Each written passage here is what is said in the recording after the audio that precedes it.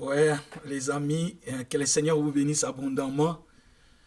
Comme vous le savez, mon nom c'est Clément Matano. Il y a quelque chose d'important qui m'a pointé ces 2 semaines passées. J'étais tellement béni. Bon, d'abord, il y a une nouvelle. Il y a un procès qui Trump voudrait, le président américain voudrait ouvrir contre BBC. Je ne sais pas si vous l'avez entendu. BBC, ils ont altéré, ils ont changé les discours du président Trump lors du janvier, le 6 janvier. Vous savez que le 6 janvier, le président américain a fait un discours et il a demandé à son mouvement, à ses adeptes, d'aller au Congrès, le Parlement ou le Sénat réunis. Il faut aller là-bas et il faut louer les sénateurs ou les congressistes qui vont faire un bon travail, tandis que les autres qui ne font pas de bon travail, ils vont être hurlés. Donc il a demandé, et c'était le janvier 6. Vous savez ce qui s'était passé en janvier 6. Janvier 6, il y avait tellement une bousculade, il y a des gens qui sont morts. C'est pas souhaitable en tout cas. Alors, BBC, dans sa transmission en ligne sur TV, ils ont changé quelques mots, ils ont retiré et ils ont publié cette publication.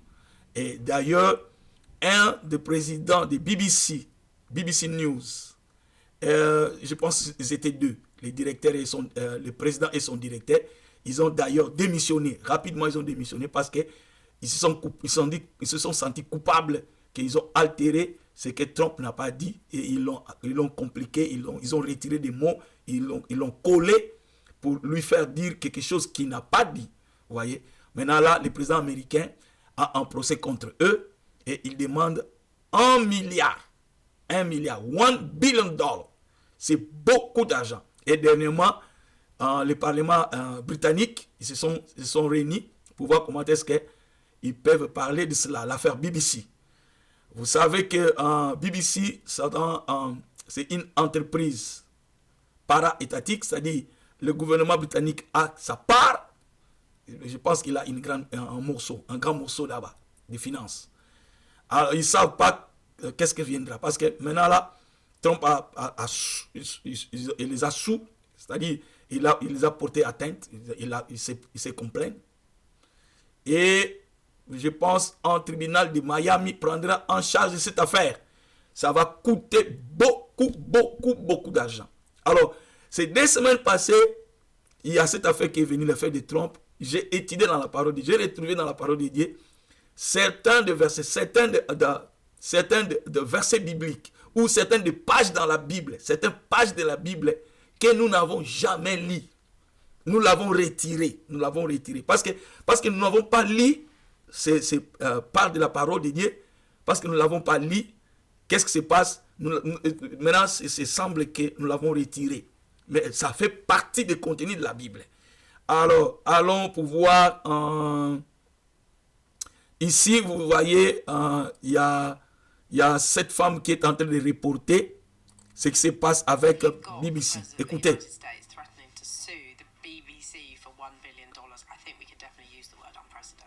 Donald Trump threatens to sue the BBC for $1 billion over that clip of him that was edited by Panorama and which has already led to the resignation of the Director General and the head of news at the BBC, 2 of the biggest jobs in the corporation. What's going on and what does it mean? Vous voyez, donc ici, ils sont en train de reporter que le président et son assistant ou le second, le directeur, ils ont déjà démissionné. Qu'est-ce qui se passe? Ils ont changé. Ce n'est pas ce que Trump disait en janvier 6. Ils l'ont altéré, ils ont changé. Vous voyez? C'est tellement important quand il s'agit de la parole de Dieu que nous le parlions avec toute intégrité. Nous ne devons retirer dans la parole de Dieu ou augmenter dans la parole de Dieu. Vous voyez? Cette même saison, je lisais la parole, j'ai retrouvé les quelques pages de la parole de Dieu, les quelques pages de la Bible que nous n'avons jamais lues ou nous n'avons pas assez payé d'attention sur cela. Remarquez ça. Ok. Voyons, voyons ceci, ok. D'abord ça, vous voyez, ça c'est la première page de la Bible, la première page, nous n'avons pas assez payé attention à cela. Vous voyez, la Sainte Bible traduite des textes originaux hébreux et grecs par Louis II, docteur en théologie. Ça voudrait dire que la Bible que nous avons aujourd'hui n'est pas venue de la langue française ou la langue portugaise. Ça vient de hébreu et du grec. Et de hébreu et grec, maintenant, il nous donne une opportunité d'avoir ces documents de hébreu en grec, en français ou en portugais. Vous voyez? Mais nous devons le considérer que la Bible que nous avons, les documents que nous avons en main, c'était venu de hébreu et du grec. Parfois, nous pensons que ce livre est venu, peut-être un livre magique qui est sorti du ciel et tombé. Non. C'est un livre d'amour. Vous me verrez dire ça assez de temps. Quand je suis en train de partager la parole, je le dis toujours, la Bible c'est un livre d'amour, c'est un livre de communion, c'est un livre de famille, c'est une alliance. C'est un livre d'alliance. Notre Dieu, Papa, a écrit, il a mandaté ses prophètes pour l'écrire, afin que nous connaissions sa volonté au sujet de la vie, au sujet du monde, au sujet de tout. Vous voyez? Ça, c'est ce que la Louis II nous a proposé en premier. Ça, c'est parmi la première page de la Bible. Que ce livre que tu vas lire n'est pas venu en français, n'est pas venu en portugais, mais ce livre c'est une tradition qui est venue de l'hébreu et du grec. Regardez encore ce que dit encore, ce que dit ce verset. Regardez ce que dit ce verset. Regardez encore une autre page.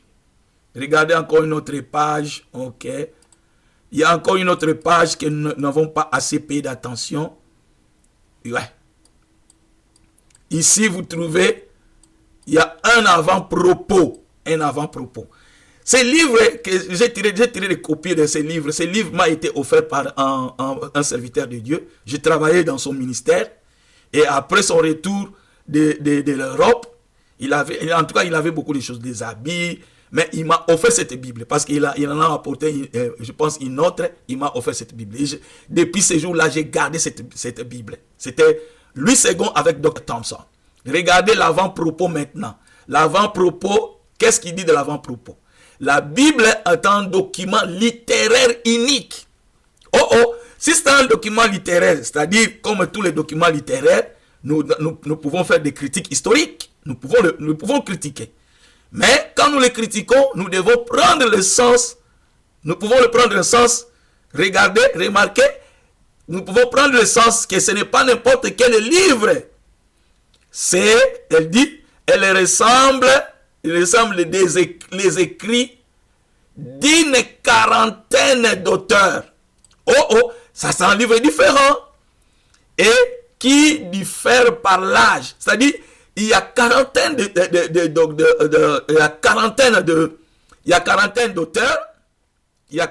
d'auteurs. Et ces auteurs, il y a quarantaine d'auteurs. Et ces auteurs-là, ils diffèrent d'âge. Il y a d'auteurs qui viennent du premier siècle, deuxième siècle, et jusqu'au temps des apôtres, il y a des différences. Remarquez encore, qu'est-ce qu'ils disent? Il y avait 66. Ces textes ont été rédigés au cours d'une période de 13 à 15 siècles, 1300 à 1500. Ces livres contiennent 66 livres. Donc, si vous continuez, vous trouverez, il y a beaucoup de choses que la page de préface nous dit. La Bible a pour caractéristique l'unité dans son inspiration. Elle a pour objet essentiel la personne de Jésus-Christ vers qui tout converge.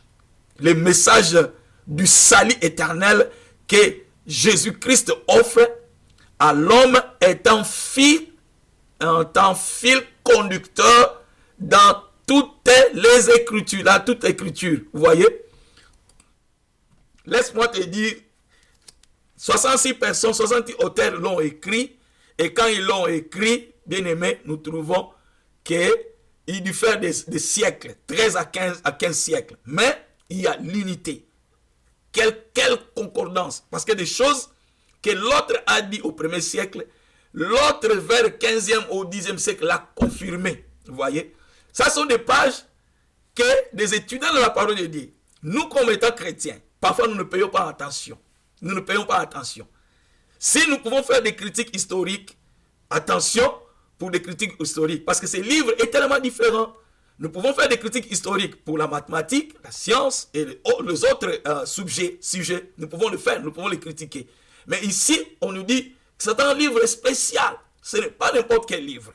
Remarquez encore, qu'est-ce que la Bible, qu'est-ce qu'ils ont dit comme préface. Qu'est-ce qu'ils ont dit? Ils disent, Louis II dit ici, dans signification et abréviation. Il y a une page qui est écrite qui dit la signification et des abréviations. La signification des abréviations. C'est-à-dire il y a des abréviations et leur signification. Regardez. Ils disent, vous trouverez des signes comme les carrés, vous trouverez la croix, vous trouverez des signes d'égal, vous trouverez des parenthèses. Ici, les parenthèses en tête des paragraphes servent à grouper une famille de passages ou à isoler un parallèle de ce qui les précède. C'est-à-dire, quand vous trouvez des parenthèses, nous trouverons des parenthèses, ça voudrait dire qu'il y a une famille de mots qui sont là, des familles de mots, et ces familles de mots, ils sont unis. Vous voyez? Alors, ça, ce sont des abréviations, des signes qui sont dans la Bible que nous n'avons pas assez payé attention. Nous n'avons pas fait attention en cela. Vous voyez? Remarquez encore ce qu'ils nous disent. Louis II dit ça. Il dit ici, les demi-crochets. Oh, vous trouverez, quand vous faites la lecture de ceci, vous trouverez les demi-crochets. Qu'est-ce que les demi-crochets nous dira? Les demi-crochets encadrent un certain nombre de passages ou d'expressions du Nouveau Testament qui ne figurent pas dans tous les manuscrits anciens. C'est-à-dire il y a des mots qui sont entrecrochés, qui ne figurent pas dans les manuscrits anciens, mais Louis II, ils l'ont repris. Maintenant, quand ils l'ont repris, ils l'ont placé sous accroché pour nous dire, maintenant que nous révisons ce livre, nous plaçons certains mots entre crochets pour dire que ces mots n'existent pas dans les manuscrits anciens. Ça n'existe pas dans les manuscrits anciens. Ce sont des pages que nous n'avons pas assez payé attention de les revoir. Quand nous prenons la Bible, la première chose c'est Genèse 1:1. Nous n'avons jamais passé le temps de lire les pages antérieures, les pages d'avant. Nous n'avons pas placé tous nos cœurs à étudier cela. Vous voyez? Remarquez encore. Remarquez, qu'est-ce qu'il dit? Les demi-crochets encadrent un certain nombre de passages ou d'expressions du Nouveau Testament qui ne figurent pas dans tous les manuscrits anciens. Vous voyez? Mais comment est-ce que nous pouvons trouver ce genre de mots? Si dans les manuscrits anciens, on ne trouve pas, on ne les trouve pas. Il donne une raison maintenant. Quelle est la raison? Regardez, ce sont parfois des simples phrases reportées d'un évangile à un autre. Par qui? Par des copistes trop zélés. Vous voyez, par des copistes trop zélés. Probablement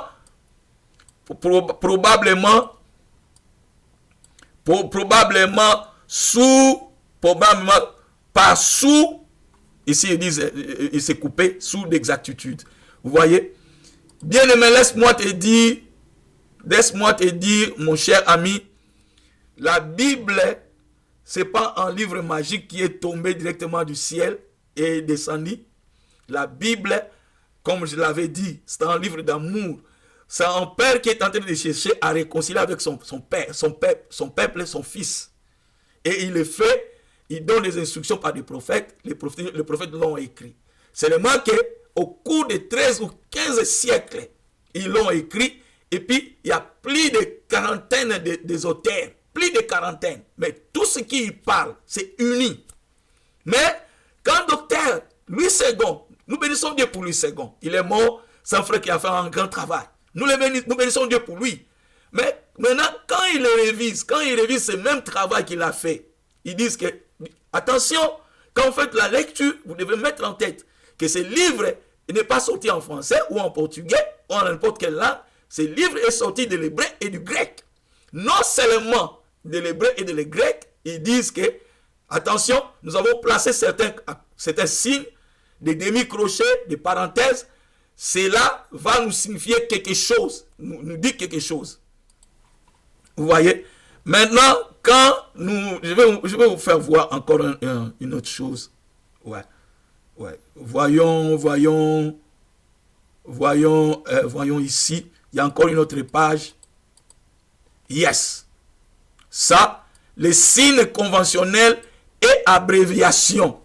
Les signes conventionnels et abréviations, ça c'est très important aussi. C'est-à-dire, il vous donne certains signes, certaines abréviations dans ce travail, c'est lui second ses livres. Il voudrait que vous payiez attention. Regardez. Ici, ils disent division et sous-titres. Division et sous-titres. Les sous-titres et divisions des livres bibliques, quand il y en a, sont proposés par qui? Par les traducteurs. Oh, ça c'est vrai? Oui. Les titres que nous trouvons dans la Bible, les titres, les sous-titres, les parenthèses, les virgules, toutes les abréviations qui sont là, ils disent ici, sont proposées par les traducteurs. Ce n'est pas venu de Dieu. Les traducteurs l'ont introduit. Remarquez ici, ils disent, il ne figure pas dans les textes bibliques.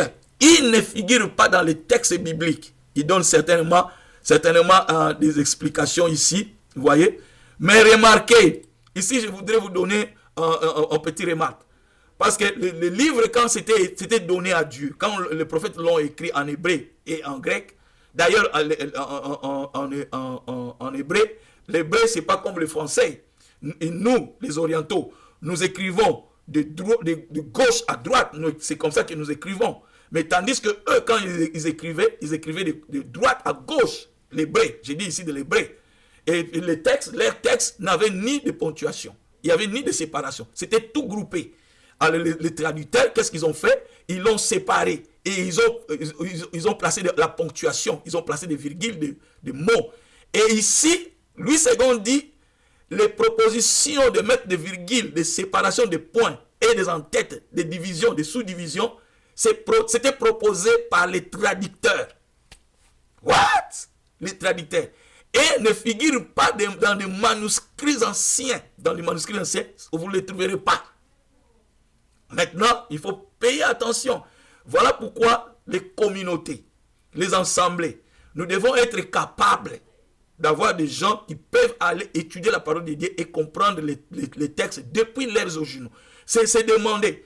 Depuis que le mouvement des baptistes, des pentecôtistes, nous avons utilisé la parole de Dieu et il y avait peu de gens qui étaient capables d'aller retrouver les textes. Moi, par exemple, quand nous étions encore à Kinshasa, l'église baptiste de Lissala, nous avions, je pense qu'il y avait un docteur, si je ne me trompe pas, Papa Mengi. Et c'est un docteur, je pense qu'il venait du Canada ou des États-Unis. Il est allé étudier, vous voyez. Ces gens étaient capables d'étudier la parole de Dieu. C'était à l'époque où Papa Bokele y allait. Je pense que Papa Bokele était encore le président de l'SZ. Là-bas, chez nous, il y avait le pasteur Papa Kiyedi Kiamambu. Ouais, Papa qui était le pasteur, c'est lui qui m'a baptisé. En tout cas, c'est une grande communauté. C'est une grande communauté. Vous ne pouvez pas frapper la poitrine. Non. C'est pas comme aujourd'hui où des gens frappent les poitrines. Je suis papa de l'enfant de tel. Et c'était une grande communauté. Mais c'était là où nous étions baptisés. Vous voyez? Remarquez ici, les sous-titres. Quand nous faisons la lecture et que nous trouvons, c'est l'enfant prodigue à la tête, Jésus au fait de Cana, tout cela est venu du traducteur. Remarquez bien aimé. Remarquez ce qu'ils disent. Les parents, ça c'est les sous-titres. Les sous-titres. Les sous-titres sont proposés par les traducteurs et ne figurent pas dans les textes bibliques. Ne figurent pas. Vous voyez? Maintenant, montons un peu les parenthèses. Vous voyez les parenthèses. Les parenthèses sont mis à des mots ne figurant pas dans les textes originaux. Les parenthèses, ils ont placé les parenthèses à certains mots qui sont dans la Bible, mais ces mots ne figurent pas dans les textes originaux, mais nécessaires en français pour une bonne compréhension de la phrase. Ils ont pensé que c'était une bonne, pour comprendre, peut-être nous devons le dire comme ça, ou nous devons le placer comme ça. Vous voyez? Mais quand nous faisions la lecture, nous l'avions déjà lu, que, be careful, attention, parce qu'il y avait des gens qui étaient des copistes zélés. Je ne sais pas si nous ne l'avons pas encore lu. Remarquez ici les crochets. Les crochets encadrent des mots et des versets qui ne figurent que dans certains manuscrits du Nouveau Testament. Ceux-ci sont souvent contestés par l'accord unanime des manuscrits et dans un passage parallèle. Ça voudrait dire que certains mots qu'ils ont placés sous un crochet, ce sont des mots ou des phrases qui, dans certains manuscrits, n'existent même pas. Dans certains manuscrits, n'existent pas. Mais nous l'avons dit que les copistes zélés, nous avons vu peut-être les copistes zélés. Voyons, ça nous avons vu premièrement. Vous voyez ici, les demi-crochets étaient placés pour les manuscrits qui n'existaient pas dans certains manuscrits anciens. Vous avez vu ici, ils disent, ce sont parfois des simples phrases reportées d'un évangile à un autre.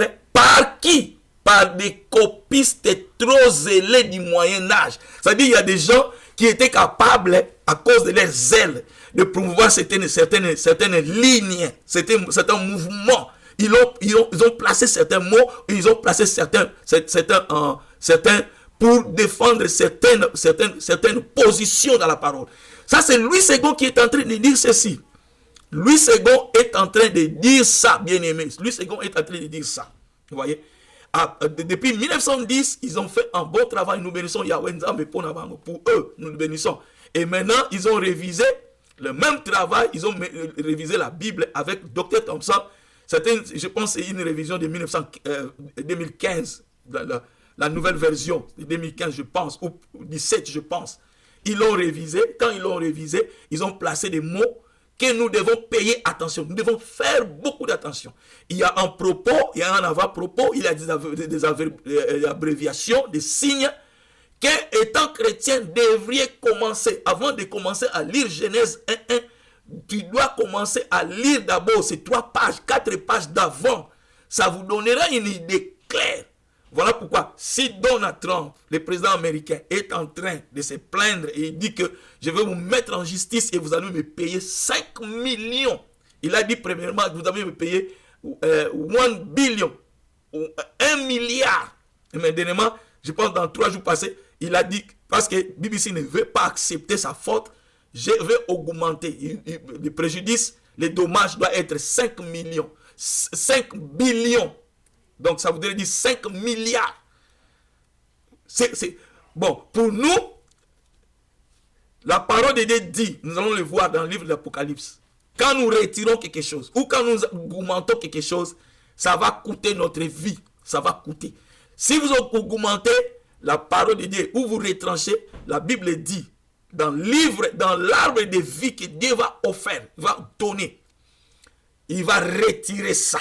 Il va retirer la vie. Vous voyez? Voyons encore. Voyons encore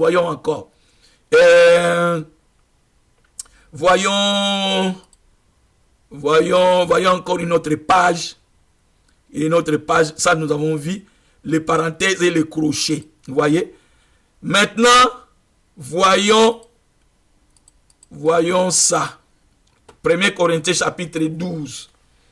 Quand je suis en train maintenant de les lire, j'ai retrouvé dans le même livre 1 Corinthiens chapitre 12. 1 Corinthiens chapitre 12, écoutez ce qu'est ici, la révision, ce qu'ils ont révisé, ce que la 1 Corinthiens chapitre 12 dit. Il dit, pour ce qui concerne les dons spirituels, je ne veux pas, frère, que vous soyez dans l'ignorance.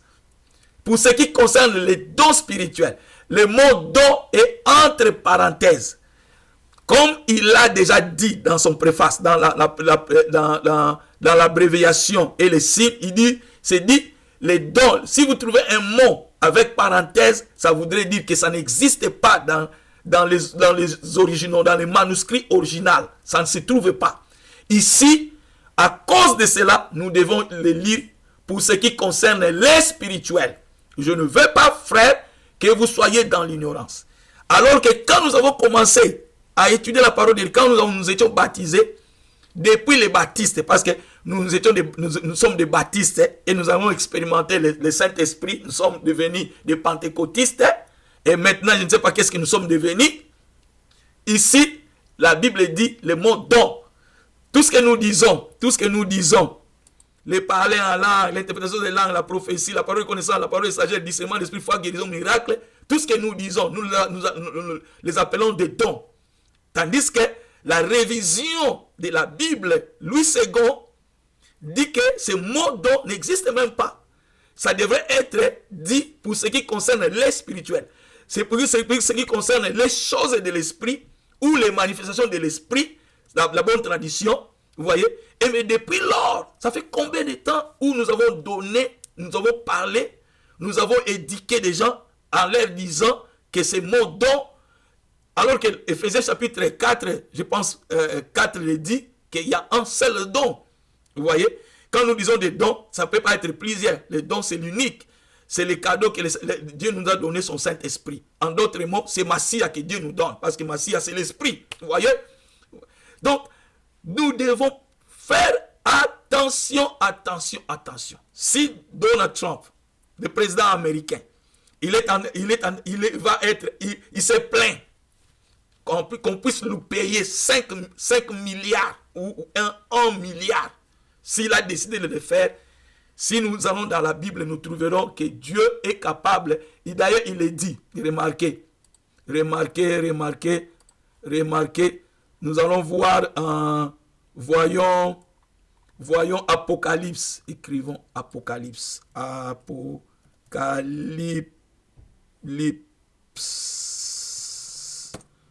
Voyons Apocalypse. Ici. Apocalypse 22. Vous voyez? Apocalypse 22. Quand nous allons dans le verset 19. Ici. Ok. Laisse-moi agrandir. Dans le verset 19. Vous voyez? Et si quelqu'un retranche quelque chose de parole du livre de cette prophétie, Dieu retranchera sa part de l'arbre de la vie et de la ville sainte décrit dans ces livres. Bien-aimés, si vous ne prenez pas assez d'attention et que vous mettez un mot ou vous retirez un mot, la Bible dit que le Seigneur est capable de retrancher votre récompense. Il est capable de retrancher l'arbre de vie. La vie même serait retranchée de vous. Oh, c'est une affaire de vie ou de la mort, bien aimé. Ce n'est pas de blague. Changer la parole de Dieu, altérer, augmenter, commenter. Parce que la parole de Dieu s'interprète elle-même. Quand vous commentez, et c'est votre commentaire est hors de ce que Dieu voudrait. La parole de Dieu a son interprétation. La parole de Dieu a sa propre interprétation. Vous ne pouvez pas dire ce que vous pensez de la parole. La parole s'exprime elle-même. Vous voyez? Nous devons payer attention. Ce sont là les pages de la parole, les pages du testament que nous n'avons pas assez payé attention. Nous n'avons pas prêté assez d'attention. Vous voyez? Pourquoi? Parce que quand je vis que Trump À Fouti, il s'est plaint au niveau du tribunal et qu'il a demandé des dommages de 1 milliard ou de 5 milliards. Et c'était le même jour où j'ai retrouvé. Bon, parfois, c'est en passant que je passe ces pages, mais je n'ai pas assez payé d'attention pour ces pages-là. La première introduction, là où c'est dit que le livre que tu tiendras en main, ce n'est pas le livre en français ou en portugais ou en lingala. Ça vient du grec, de l'hébreu et du grec. Et puis, les pages suivantes étaient l'explication, la préface qui introduit que ces livres, vous trouverez en 66 livres. Mais il y a 40 auteurs. Ces 40 auteurs, c'est plus de 40 auteurs. Ce sont des gens qui sont passés de 13 siècles à 15 siècles, différents temps, différentes circonstances. Mais ce qui est remarquable, ces livres parlent à l'unisson. Ils parlent de sujets uniques. Et le sujet unique, c'est le fil qui est là, qui traverse les livres. C'est Jésus-Christ qui est notre sauveur, qui est venu sauver. Ces livres, je le répète, c'est un livre d'amour. Vous devez aimer ça. C'est plus que n'importe quel roman. C'est plus qu'un livre d'éducation scientifique. C'est plus, parce que les livres scientifiques, parfois c'est écrit par 2 personnes, mais ici la Bible dit c'est 40, plus de 40, et 66 livres canonisés, vous voyez, c'est très très remarquable. Je te dis, bien aimé, ici, ces pages, vous ne pouvez pas lire la Bible sans commencer l'introduction de la Bible, la préface de la Bible, les signes et les abréviations. Vous devez passer à cela, vous voyez. Remarquez ici, remarquez ici, remarquez, quand vous faites la lecture de 2 Pierre, remarquez 2 Pierre, rapidement, 2 Pierre, 2 Pierre 1, vous voyez, quand vous allez dans le verset 20, vous trouverez ceci. Sachez tout d'abord vous-même. Ouais. Sachez tout d'abord, en premier lieu, vous devez le savoir. Premièrement, vous-même, qu'aucune prophétie de l'écriture ne peut être un objet d'interprétation particulière. Ouais. Car ce n'est pas par une volonté d'homme qu'une prophétie a jamais été apportée, mais c'est poussé par le Saint-Esprit. Mais c'est poussé par le Saint-Esprit que des hommes qui l'ont écrit, ils étaient poussés par le Saint-Esprit. Vous voyez? Bien aimé, que c'est important que nous puissions mettre ça en tête. Nous devons prendre assez de temps à étudier la parole de Dieu. Nous devons prendre assez de temps. Non seulement nous devons l'étudier, mais nous devons contrôler les paramètres de cette parole. C'est que ce livre n'est pas un livre en français ou en portugais ou en lingala. C'est une tradition. C'était une tradition à partir de la langue hébraïque et de la langue grecque. Mais nous avons les livres en portugais et en anglais ou en français. Vous voyez? En plus de cela, il y a plus d'auteurs qui ont écrit, mais tous ces auteurs, ils marchent en unisson. Pourquoi? Parce que 2 Pierre le dit, c'était Dieu qui les a poussés. Ils ne se sont jamais assis que je vais créer un livre ou je vais établir un livre. Ils n'ont jamais fait ça. Dieu les a poussés. Dieu a contrôlé le tout.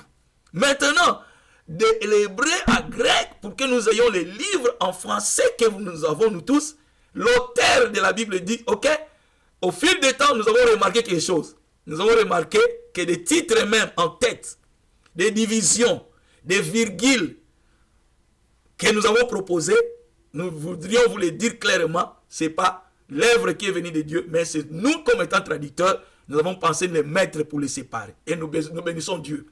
Mais quand nous bénissons Dieu, nous devons payer assez d'attention. Ils ne sont pas d'autorité suprême. Tout ce que l'homme a ajouté n'est pas d'autorité suprême. Pourquoi? Parce que la préface l'a dit, il y a des copistes qui étaient zélés, qui ont poussé certaines tendances de la Bible aussi. Vous voyez? Donc, quand j'ai vu l'affaire de Trump vs BBC, j'ai dit, c'était le même jour aussi que j'ai retrouvé, comment? Laisse-moi lire les préfaces de la Bible, les signes de la Bible. J'ai trouvé, il y a quelque chose que je vais je vais partager avec mes amis que quand nous lisons la Bible, nous devons faire attention.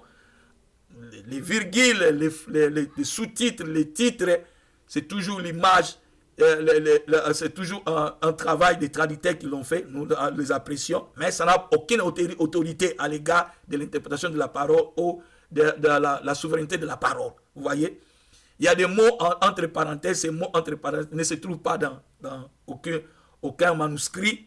Il y a des petits crochets représentent des mots qui ne sont pas dans les manuscrits. Vous voyez, payez assez d'attention. Alors, je vais maintenant, il faut faire des commentaires. Faites des commentaires, j'aime vos commentaires.